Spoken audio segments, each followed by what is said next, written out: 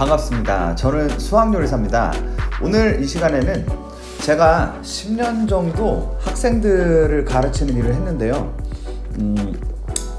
어느 정도 하다 보니까 성적이 올라가는 학생들, 아니면 뭐 이미 높은 학생이면 그 공부를 잘하는 학생들, 그 친구들의 특징에서 아무래도 공통점이 좀 발견이 되는 것 같아서, 그래서 그 부분 오늘 한번 말씀을 드려볼까 합니다. 총 4가지로 추려봤고요. 자, 그럼 바로 시작해 보도록 하겠습니다.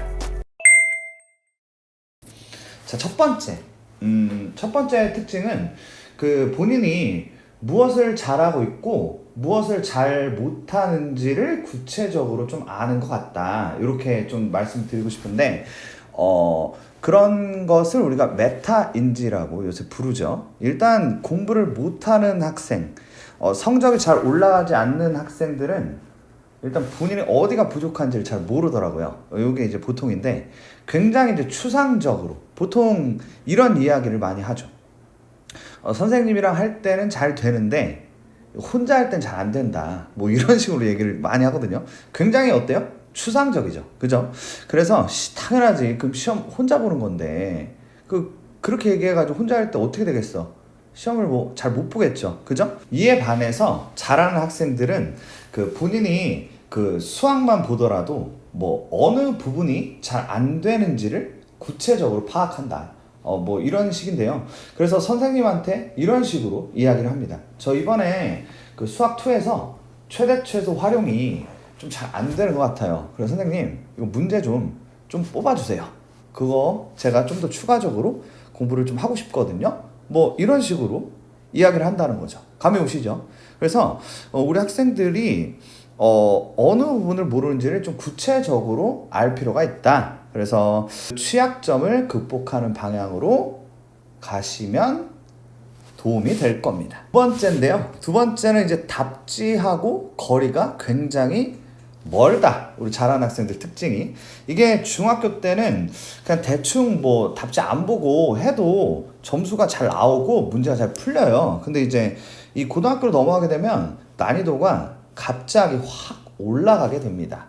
뭐 이런 일이 벌어지는데, 근데 이제 어떻게 되냐면 그 공부를 똑같은 양으로 하게 돼요. 시간은 이제 똑같으니까. 그러다 보면 어떻게 되겠어요? 난이도가 훨씬 올라갔는데 뭐 시간을 똑같이 들이면 안 풀리겠죠, 그죠? 안 풀립니다. 그래서 우리 학생들이 이제 성적이 안 나오는 학생들이 2가지 선택을 하게 됩니다. 그 2가지 선택 중에 첫째는 일단 아예 안 푸는 방법을 택해요. 그래서 아예 안 풀고 와서 선생님 하나도 어려워서 문제가 안 풀립니다. 그래서 좀 도와주실래요? 이렇게 이야기를 한다는 것이죠. 그래서 어렵다, 풀어달라, 뭐 이렇게 얘기를 하죠. 근데 이제 이것도 문제지만, 두 번째는 어떻게든 숙제를 해와야 되잖아. 근데 너무 어려워, 안 풀린단 말이지. 그래서 답지를 봅니다. 답지를 보시고 이걸로 뭐 데코레이션을 하는 거죠. 이렇게 막 한 척 하는 거야. 그러니까 푼 척, 뭐 이런 식으로 한다는 거지. 자, 그럼 이제 이거를 한번 시작하게 되면 어떻게 되냐면 이 중독이 되는 거죠. 이 문제를 답 보고 답의 도움을 빌려서 해오는 거에 이 중독이 됩니다. 왜? 이거보다 좋은 방법이 없거든요. 일단 뭐 이렇게라도 문제를 일단 풀어온 거니까 훨씬 낫다 이거지, 그죠? 자, 그럼 이제 어떻게 되냐, 이게 이제 누적되면 이 수학이란 과목이 직접 해결을 해야 되는 과목인데, 이런 식으로 하시면 점수가 나올 수가 없게 되겠죠. 안 나온다는 겁니다. 그래서 이 수업 자체에서도 자꾸 본인이 해결을 안 하다 보니까 뇌가 굳어버려요. 그래서 뇌가 굳어서 본인이 해결을 하지 않고 뭐 관람객이 되는 겁니다. 관람객이 돼서 갈수록 더 악화되겠죠. 그래서 결국 수학 포기자의 길로 가게 된다, 이렇게 보시면 되겠습니다.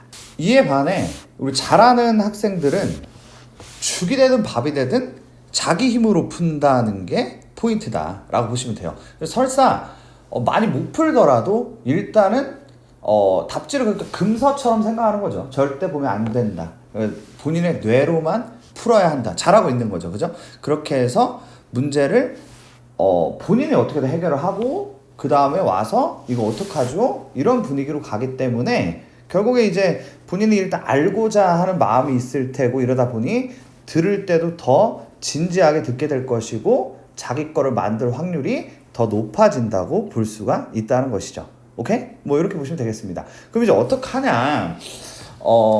안 풀리는 거 어떡하냐? 이렇게 이제 얘기를 하실 거예요. 그래서 일단은 문제를 보고 고민을 이제 해보시는데 어떻게 해도 안 된다라고 하시면 일단 그래도 한 40점 그래도 맞아야 되거든요. 어느 정도 그러니까 본인이 이렇게 풀어서 동그라미가 좀 나와줘야 돼. 그래서 본인에게 맞는 난이도를 찾아야 된다는 거죠. 주도적으로 찾아야 될 겁니다. 누가 딱히 안 도와줄 확률이 높기 때문에. 그럼 이제 난이도를 그럼 어떡하냐? 나는 어느 정도를 풀어야 되냐? 어떤 걸로 해도 안 풀리던데 이렇게 얘기하실 수 있는데 어떻게 해도 안 되면 교과서를 푸시면 되겠습니다.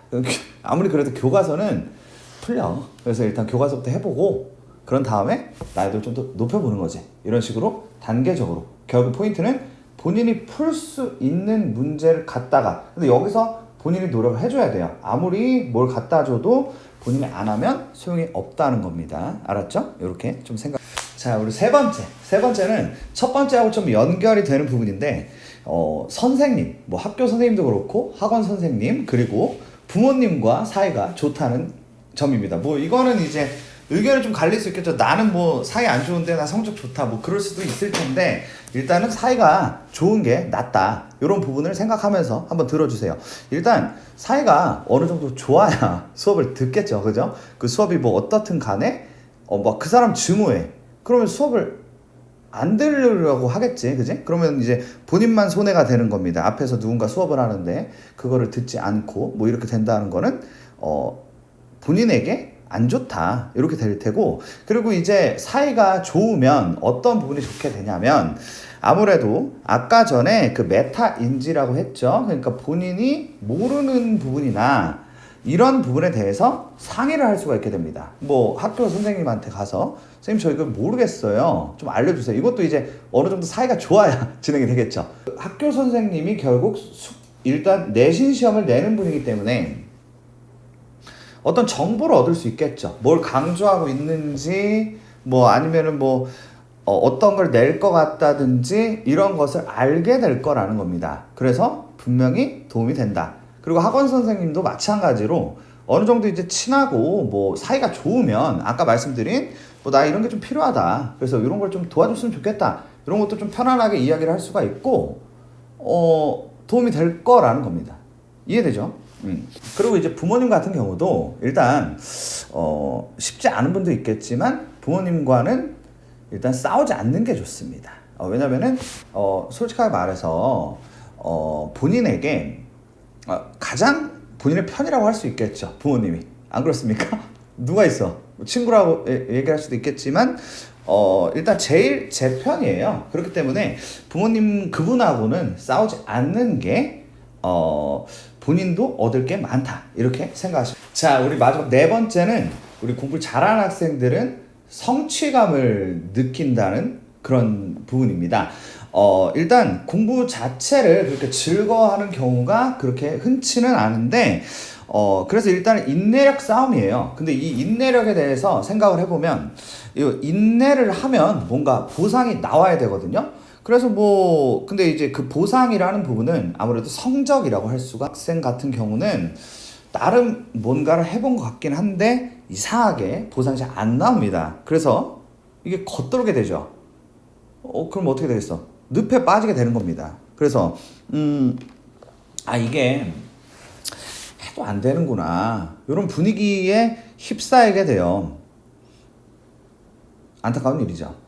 그에 반해서 우리 잘하는 학생들은 그래도 성취감을 잘 느끼는 편이다. 이게 이제 그래 뭐 성적이 잘 나오니까 뭐 성취감 느낄 거 아니냐 이렇게 생각하실 수도 있는데 이 성취감이라는 게 성적에서도 나올 수 있지만 그 과정에서도 우리가 성취감을 느낄 수 있다. 뭐 이런 부분이거든요. 예를 들어서 뭐 오답 노트라든가 아니면 숙제 같은 걸 좀 잘 해오셔가지고 뭐 요걸 이제 검사를 잘 받고 뭐 이런 성취감을 좀 느끼자는 거죠. 그래서 그런 과정에서의 성취감들이 모여서 그게 또 이제 결과의 성취로 이어지는 이런 선순환적인 그런 과정이 이어질 것이고, 좋은 결과 나왔으니 또 열심히 하면 이게 좋은 결과 나오는구나, 이런, 말하다 보니 말이 좀 길어졌는데 제 말들이 무조건 맞다 이런 건 아니지만 아무래도 우리 학생들이 도움이 되는 부분이 어느 정도는 또 있지 않을까, 이런 생각이 들어서 영상을 한번 올려봤습니다. 다들 화이팅 하시고 좋은 하루 되시길 바랍니다. 여기까지 하겠습니다. 감사합니다.